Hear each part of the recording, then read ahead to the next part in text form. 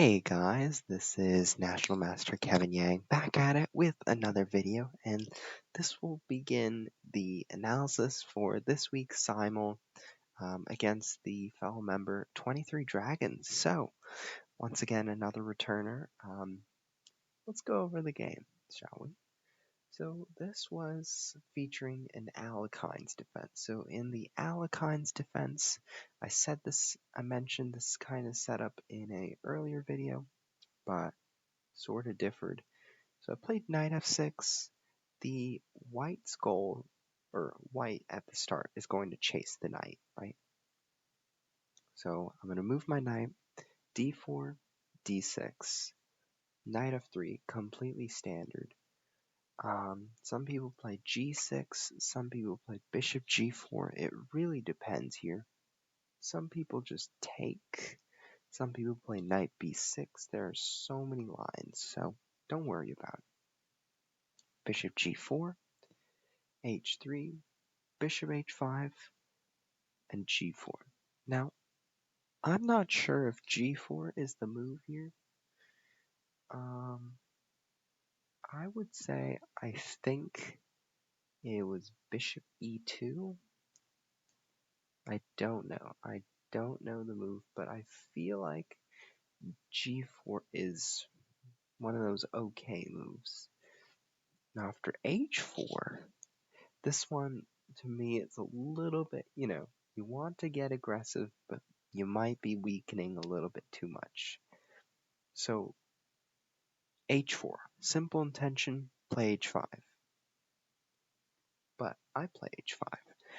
And after g5, the reason why the evaluation bar is turning negative in favor of black is because by playing g5, you concede this square, and this square will become very important for later on. The bishop might come here. Maybe I could reroute the knight here. And notice how, this attack didn't go anywhere, but it's there, right? So I play e6, reinforce the square again, bishop c4, and I play knight b6. So I could have also played knight c6 probably, and then let's say knight c6, you might think, what if I just take and keep the doubled pawns, right? But you have to realize that after you play something like knight c3, well, after knight c3, knight b4, but I could just take here, and this pawn is no longer doubled. So, simple concept, looks like an illusion at first, looks like these pawns are doubled, but they're not. So, bishop c4, knight c6 was the better move. I'll keep that in mind for next time. But instead I played knight b6, bishop b3 happened, completely fine. Another thing with the bishop on this diagonal is that these two squares are really strong for my bishop, right? Used to be that the pawns were here and there wasn't much intention to come here or come here. But now, since the pawns are here, the bishop relocating to this square, pinning the knight and the queen would be really strong because it cannot be challenged by a pawn here. So that is the sacrifice of overextending these pawns. So I would say, it's good that you have a plan to trap my bishop, but also you have to realize the impacts if you overextend a little bit. And I would say maybe white overextended a little bit. Maybe our fellow friend 23Dragons did, but not definitive. We don't know yet, right? So let's go on. Knight c6, c3, bishop e4. Now, notice how I also could have taken. And after, let's say, pawn takes, then I have to consider, do I trade? Do I go for this pawn with knight d7? Or do I play something like bishop e4 and put pressure on this diagonal? So I could have thought about that, but I decided, let's play bishop e4 first, and let's worry about things later. And here the right move is take here. The reason being that this knight, we know that it's pinned, right? We know it can't come back and capture this anymore. So that's why I would advise for the pawn to take the pawn in this move. Because after you take the pawn, and after I play something like bishop takes d6, right? After bishop takes d6, now queen e2 is coming, knight d2 is coming. White is starting to puzzle back together. So I guess bishop e4 might have been a slip on my part. I might have not realized the extent of taking first, because I should have kept the pawn more isolated, but I gave our fellow friend 23Dragons the chance to really take away his weak pawn structure and keep a strong d4 c3 structure. So just a small improvement. But after bishop e3, I was like, this looks pretty nasty. So I'm just going to take here. And after rook g1, I have to think, is this free? Here's where I thought takes,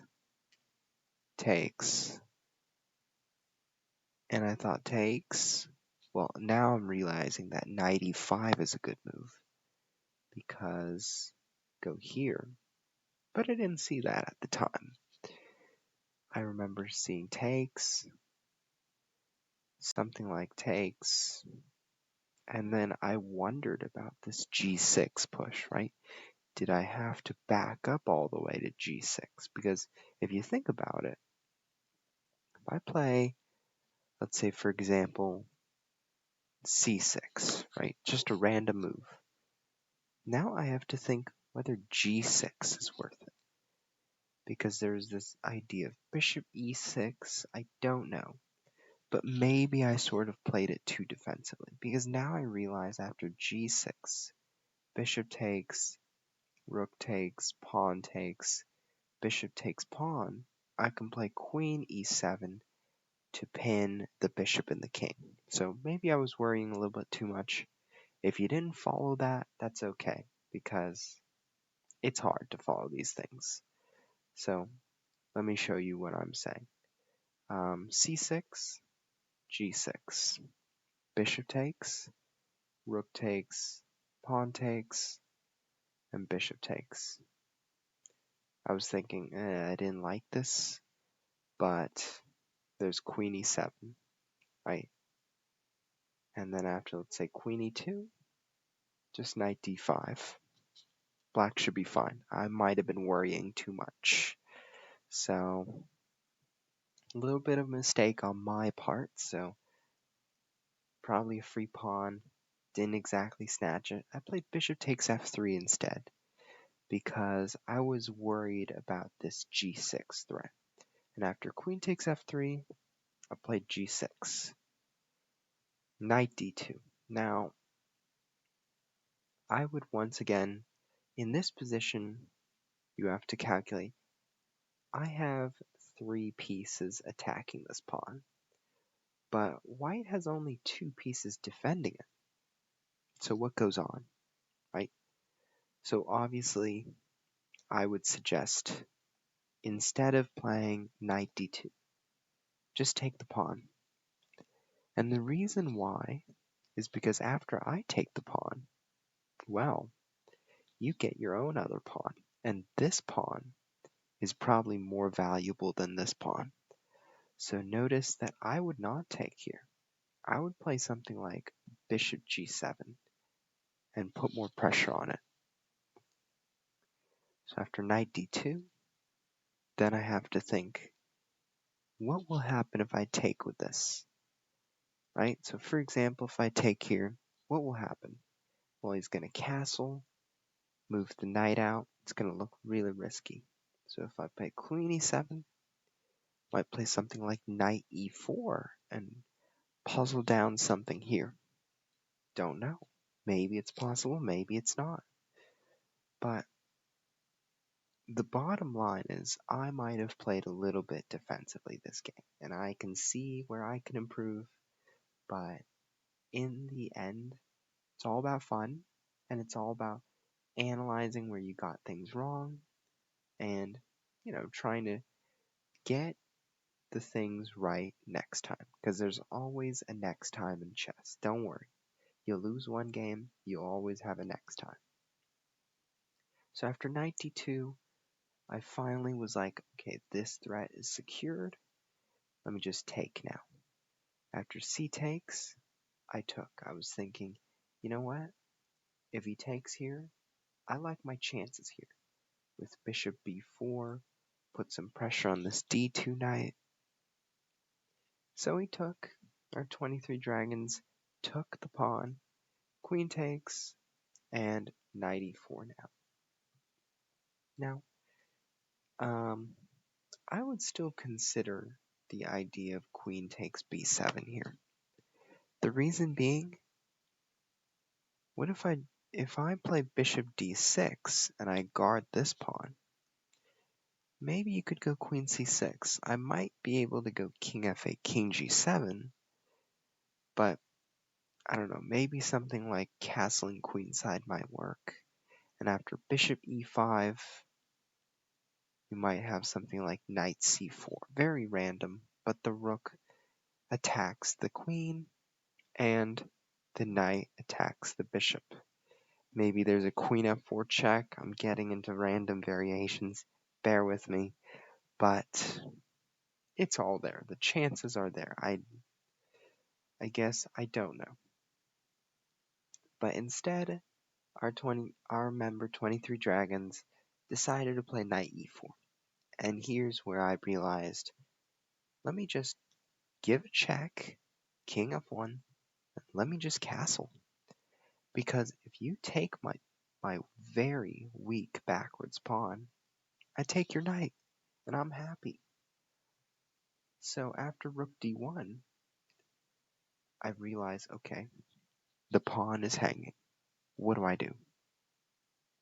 Well, my whole purpose of being here was keeping an eye on this knight. So I continue to keep an eye on this knight.